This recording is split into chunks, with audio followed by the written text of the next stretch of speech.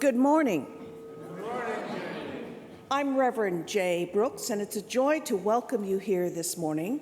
I'm one of the ministers of this congregation. My pronouns are she, her, and hers. Let's begin to warm up this room with our gathering song, number 1018, Come and Go With Me to That Land. Please rise in body or spirit, or both.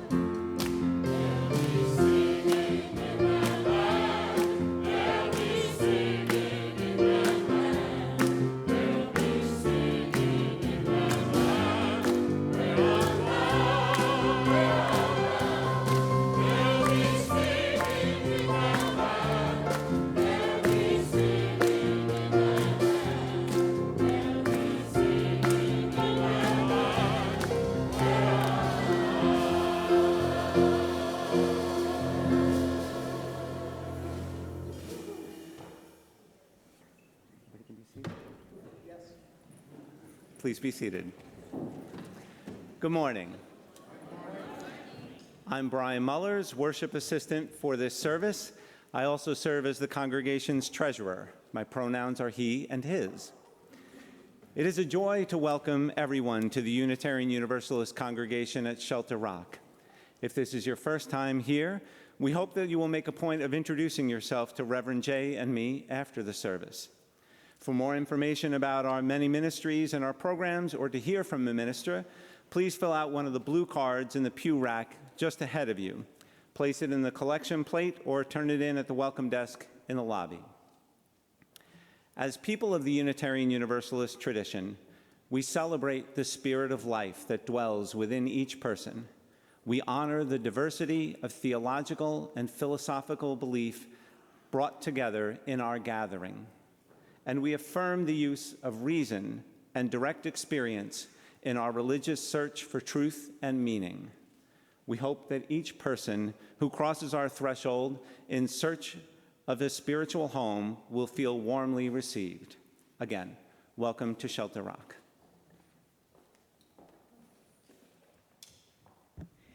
In our life together here at Shelter Rock, we seek to create loving religious community, encourage spiritual growth, and build a more just and joyful world. In our life together as people who respect the interdependent web of life, we celebrate the many here who were able to join the global climate action in Foley Square on Friday in solidarity with Swedish teenager Greta Thunberg and the Fridays for the Future climate strike movement.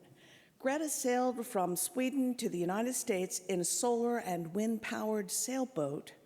Many of our members, children, and youth traveled a shorter distance to Foley Square, where with 100,000 others, they supported the planet Earth. There were similar climate strike actions all around the globe.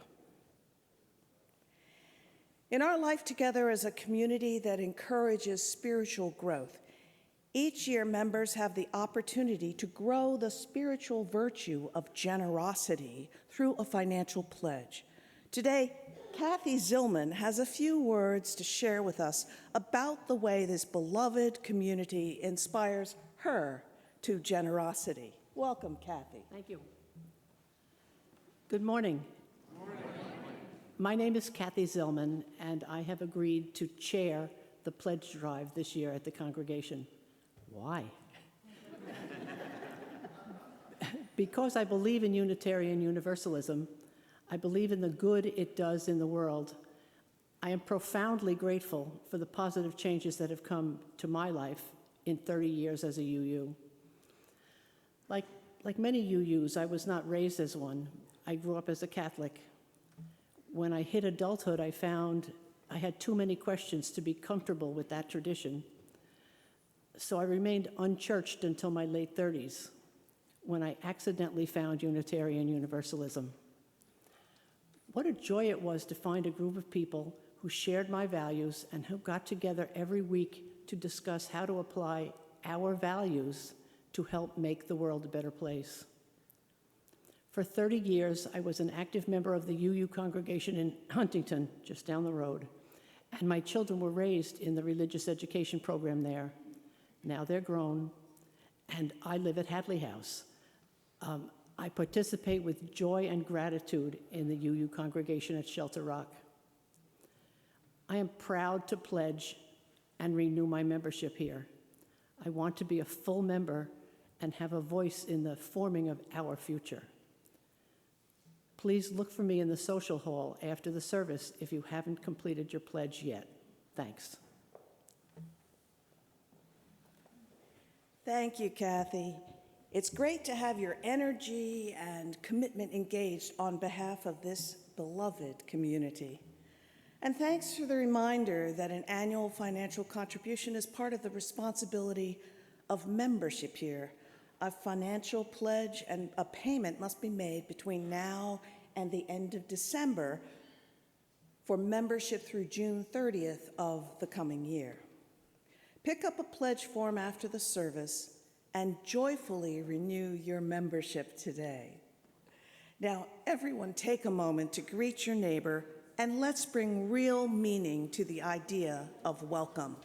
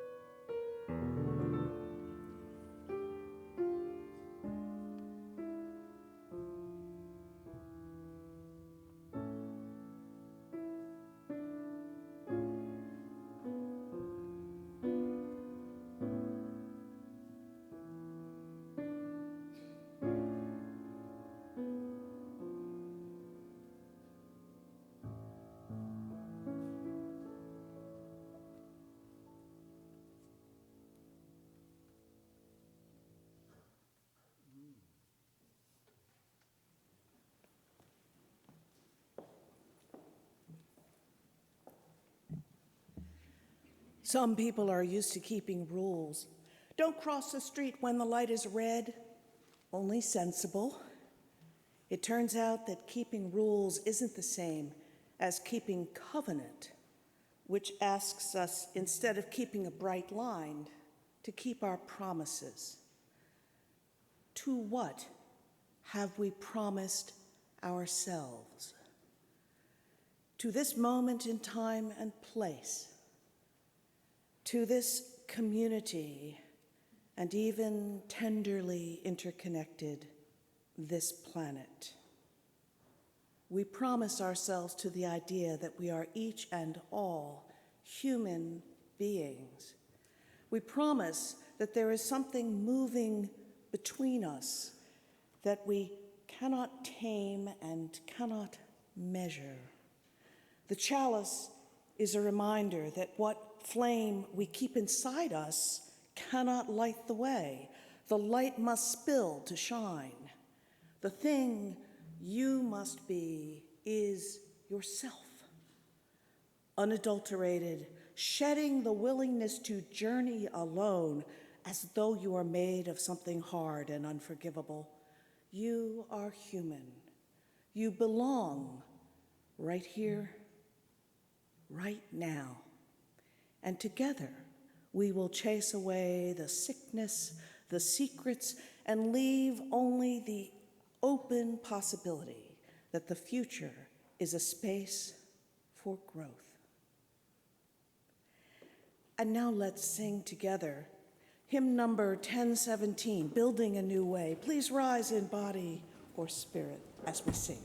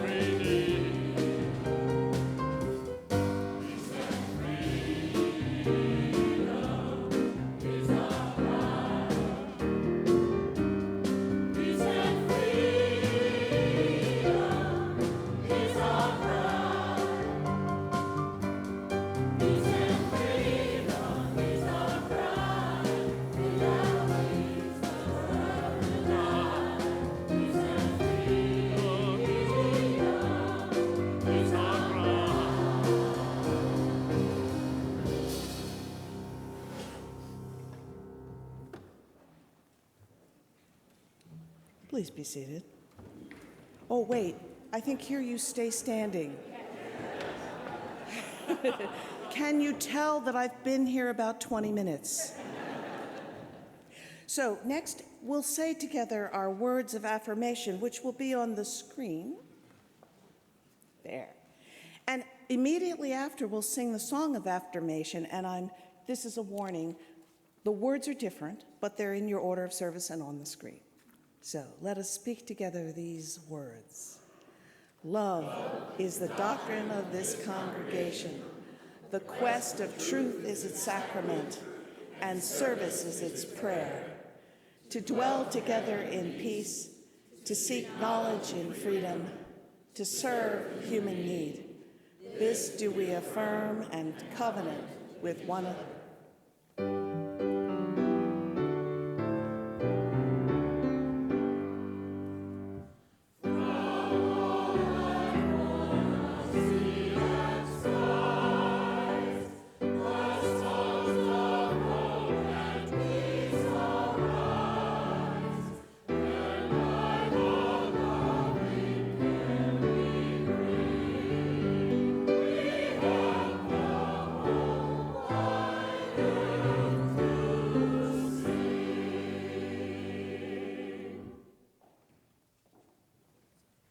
Now we can sit. The loving care we bring to the earth includes the financial offerings that support our life together. This beloved community invites us to create loving religious fellowship, encourage spiritual growth, and build a more just and joyful world. To the extent we've been blessed with abundance, let's share it to let the light of our values shine more brightly in the world.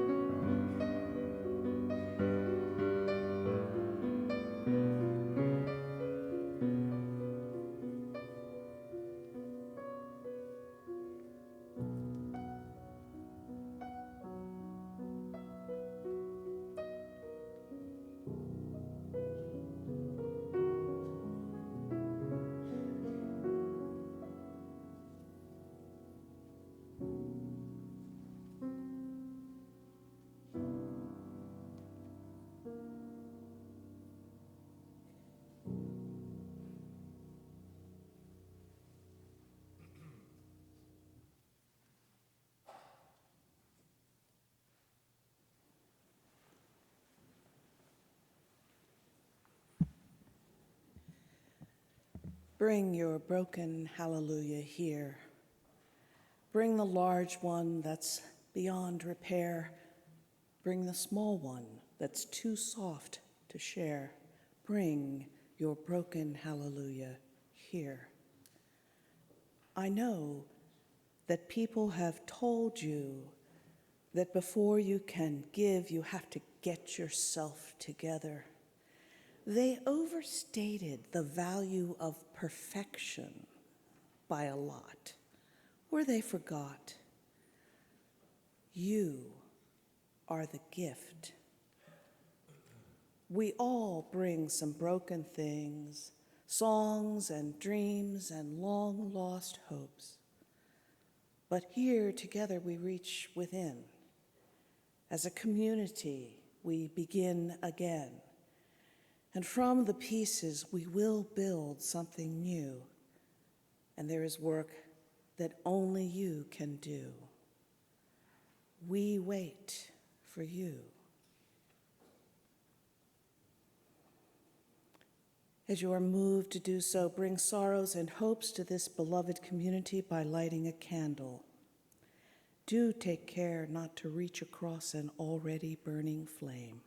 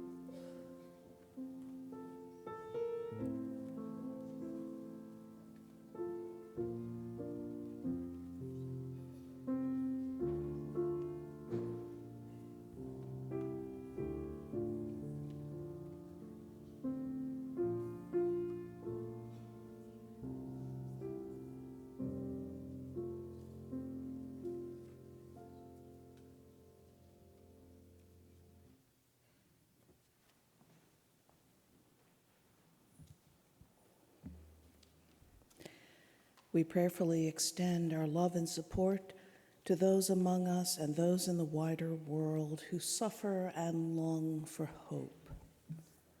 Our hearts fill with sadness, and our determination rises in love and solidarity for all people today whose safety is diminished by violence based on some characteristic of their inherent humanity. May those who are grieving be comforted. May those who are struggling find a way through. May those who are weary find rest. May we create within these walls a loving religious community that encourages spiritual growth and reaches out to build a more just and joyful world. Amen, and blessed be.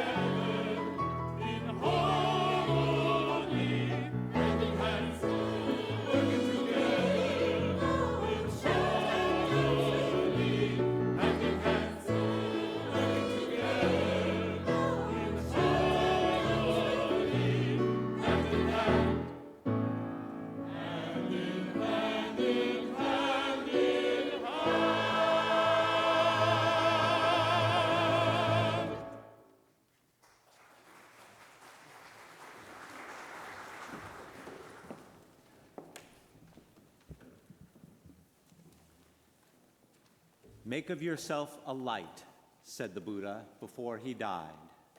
I think of this every morning as the east begins to tear off its many clouds of darkness to send up the first signal, a white fan streaked with pink and violet, even green. An old man, he lay down between two salad trees, and he might have said anything, knowing it was his final hour. The light burns upward. It thickens and settles over the fields. Around him, the villagers gathered and stretched forward to listen. Even before the sun itself hangs disattached in the blue air, I am touched everywhere by its ocean of yellow waves. No doubt, he thought of everything that had happened in his difficult life. And then I feel the sun itself as it blazes over the hills like a million flowers on fire. Clearly, I'm not needed, yet I feel myself turning into something of inexplicable value. Slowly, beneath the branches, he raised his head. He looked into the faces of that frightened crowd. Make of yourselves a light.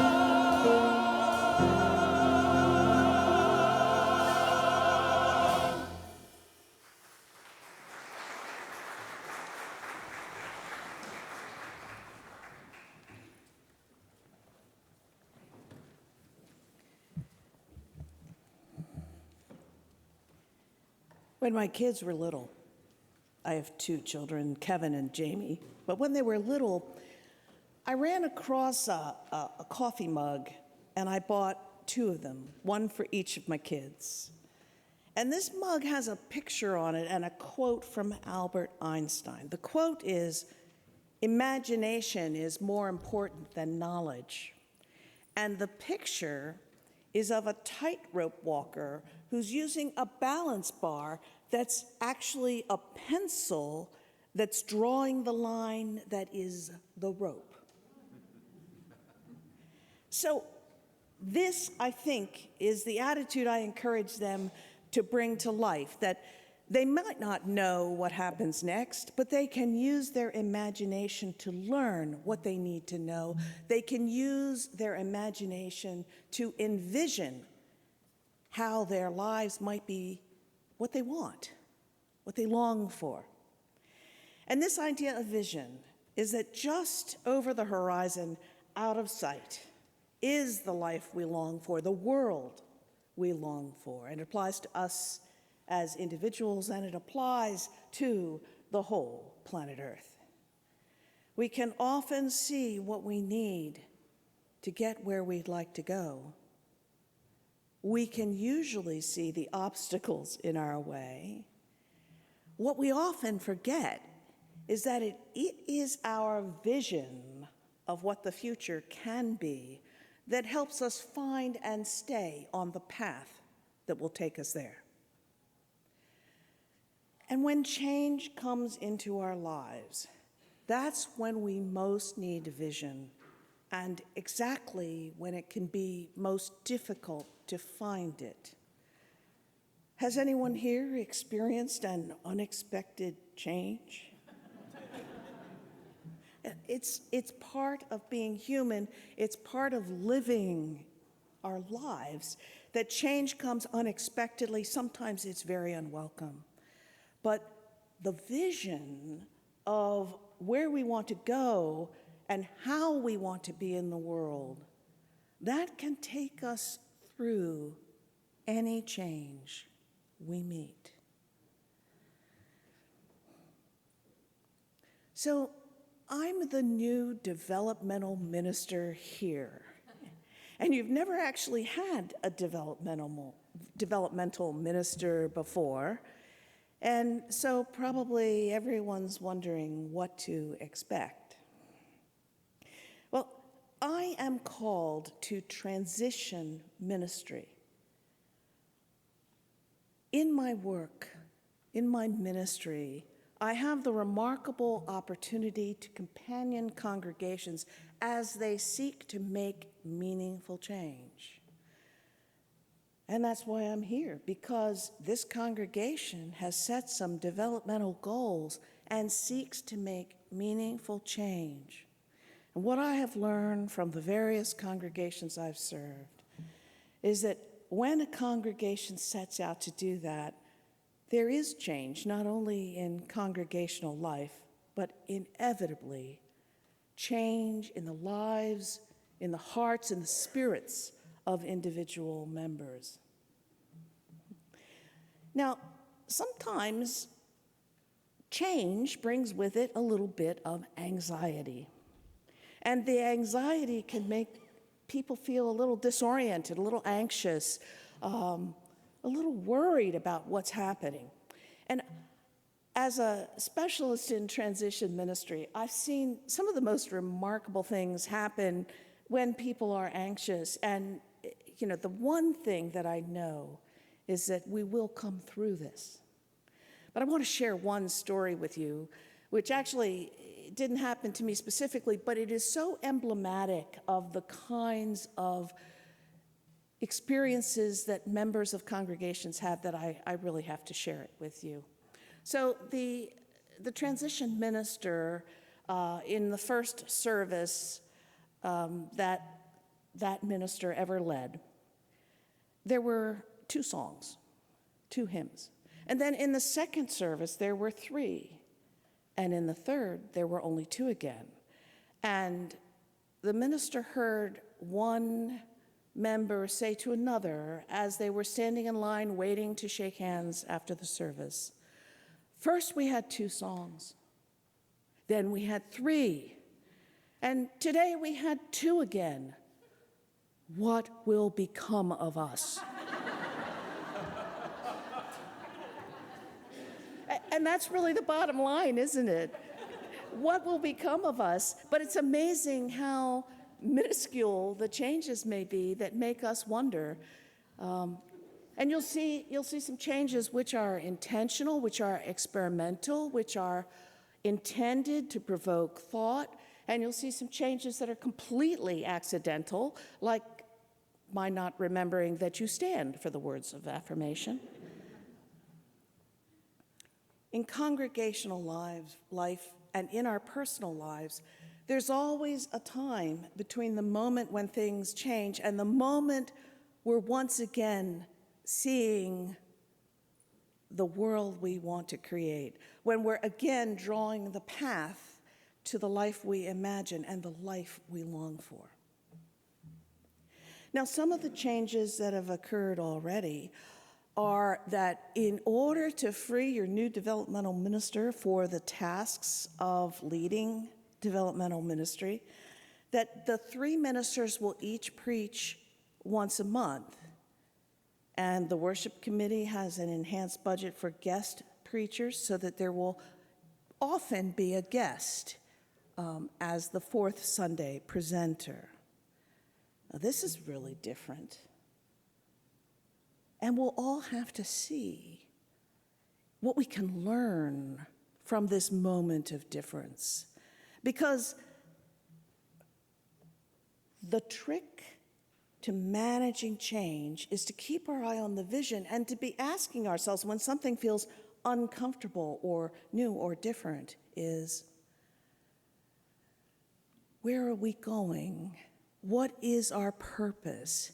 And sometimes when something unexpected happens, to go back to that vision and say, how does this help us create loving religious community? What can we take from this to encourage one another to spiritual growth? How can this difference lead us to build a more just and joyful world? You see what I did there? Those are the words from your vision. They're on the back of your order of service. But when something's different, our first impulse is often to resist it, and maybe there's a tendency to complain. In some congregations, I've experienced that. I'm sure that's not the case here. All concerns are welcome, but sometimes it really helps to think about where we're headed. What is that vision? Where do we want to be? And reframe that moment of discomfort to become the line that pencil is drawing to lead us into the future. Another difference is that there is no senior minister. So I'm not stepping into the senior minister role as an interim senior minister. We have committed to a ministry team approach, which means honestly that my 2 colleagues in ministry and I have to meet more often than maybe ministers here used to. But it also means that we are challenged to covenant with one another about how we're going to be together. And this is actually wonderful because it's modeling what we encourage members of a congregation to do, to covenant, to talk with one another, to clarify responsibility and authority and accountability, and to be accountable to one another. So we are not leading from a position of certainty. We are part of the process that you, in fact, are undergoing, that we too have the responsibility to manage this change in light of the mission and vision of this congregation. And we have already begun.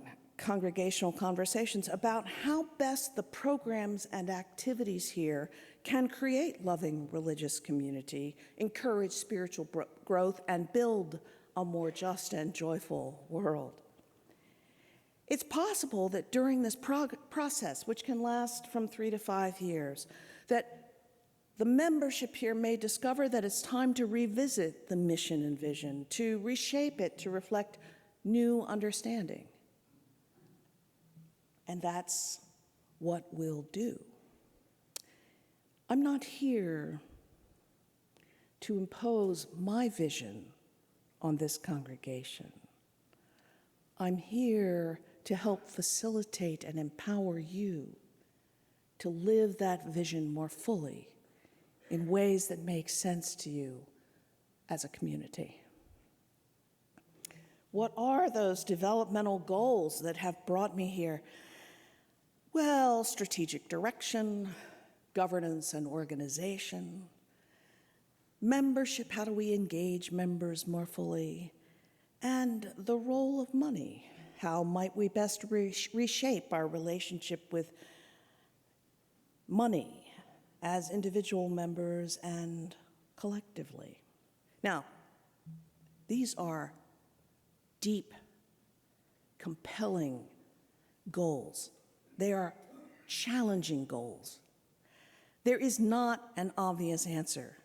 And during the whole interview process, I said to the search committee and to the board that I do not know where you are going to go with these, but it will be an exciting journey because these questions will call to your imagination and your love of life and your hopes for this congregation.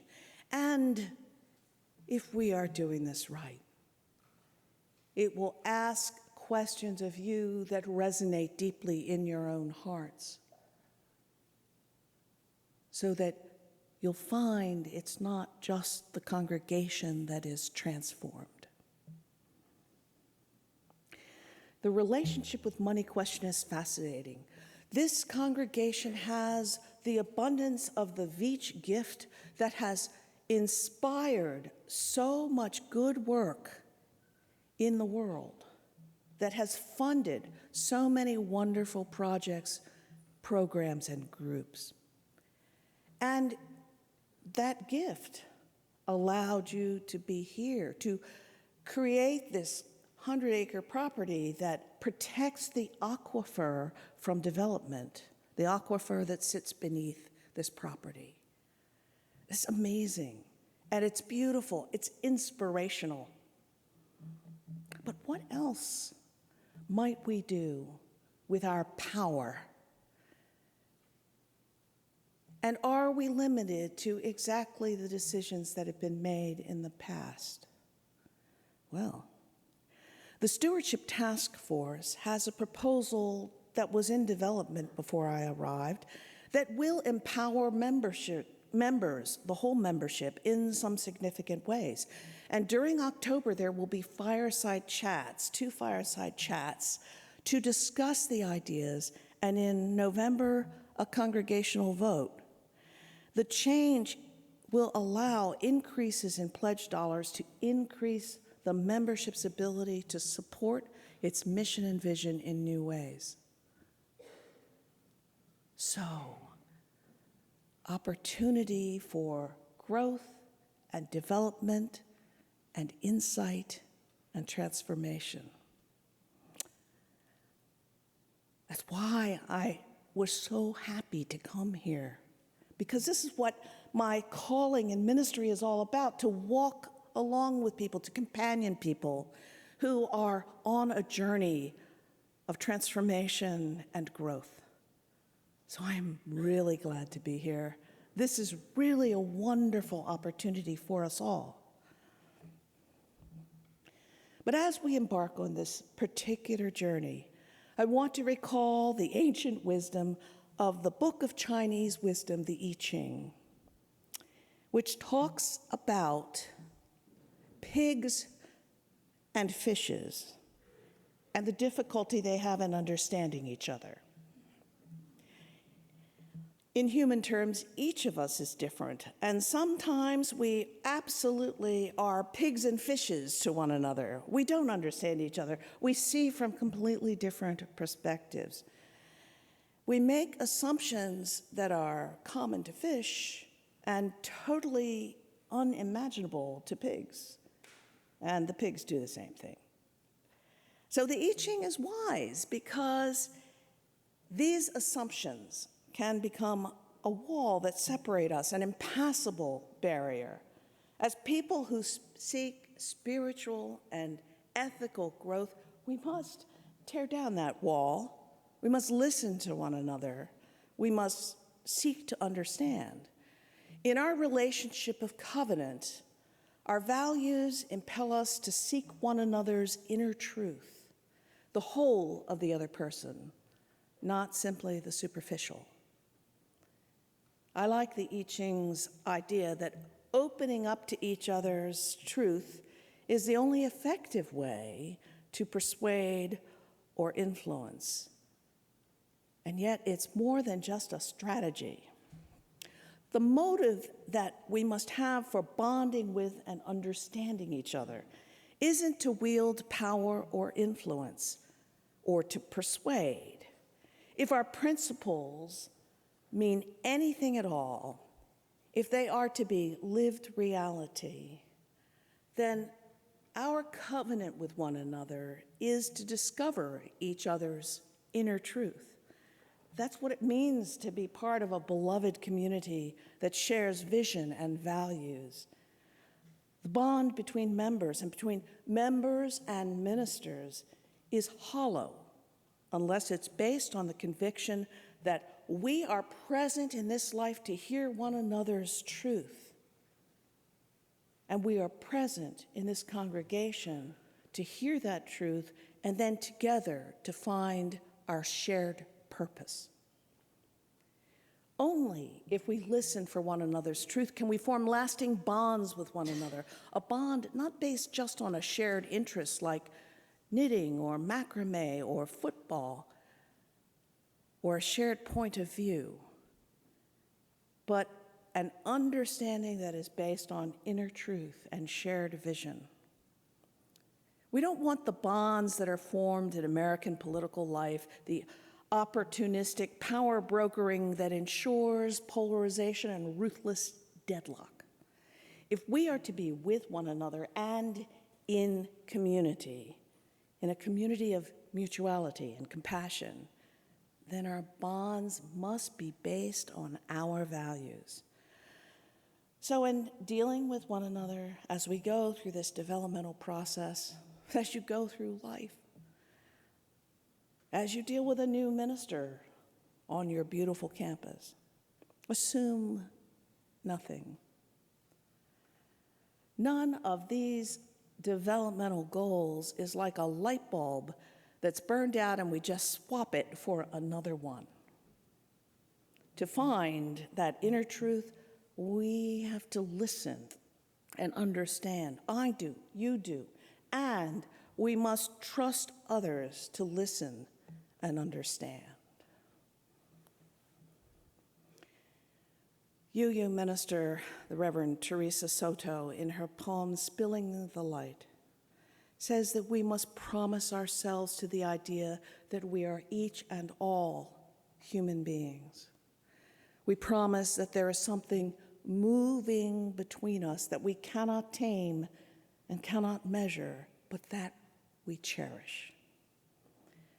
Perhaps it is community in the best sense, the most beautiful sense of what community means to each of us.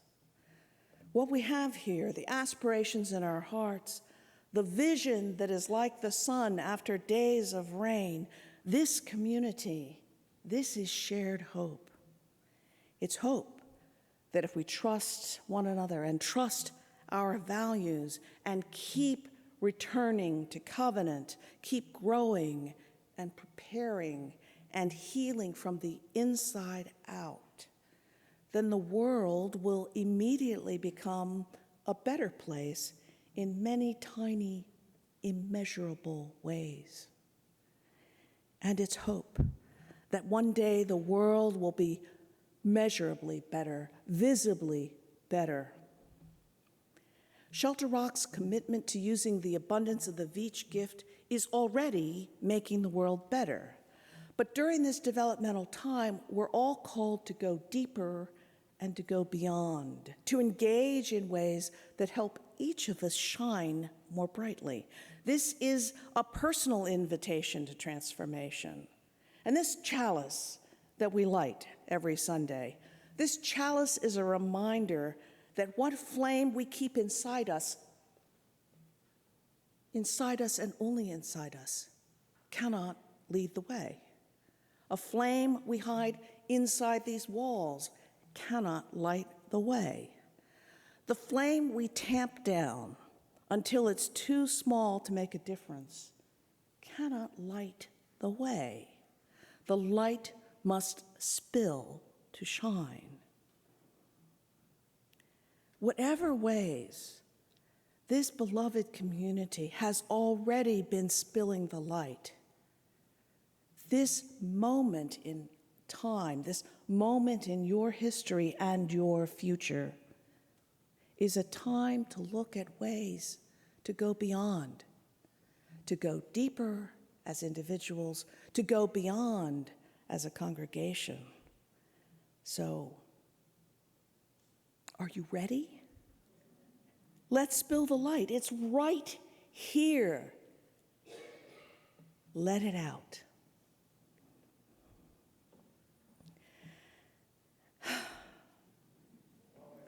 And now, please rise in body or spirit to sing together hymn number 1074, Turn the World Around.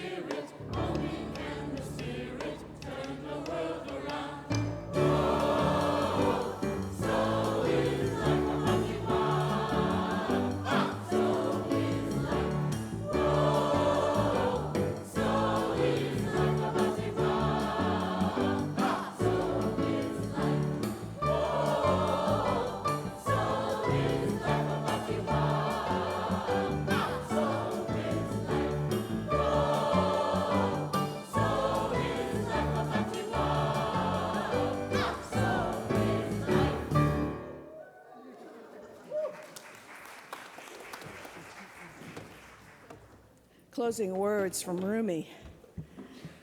We are a warm spell that comes in a relentless winter. We are the sun with all the different kinds of light. We are the wind. Doves, when they coo, are looking for us. Nightingales and parrots change their perches, hoping to be nearer to us. Word of us has reached the fish. They swerved and leapt. Waves from that stirring keep coming in. The soul has been given its own ears to hear things that the mind does not understand. The sweetness of how we talk together is what we crush and bring to the world. Blessed be. Amen.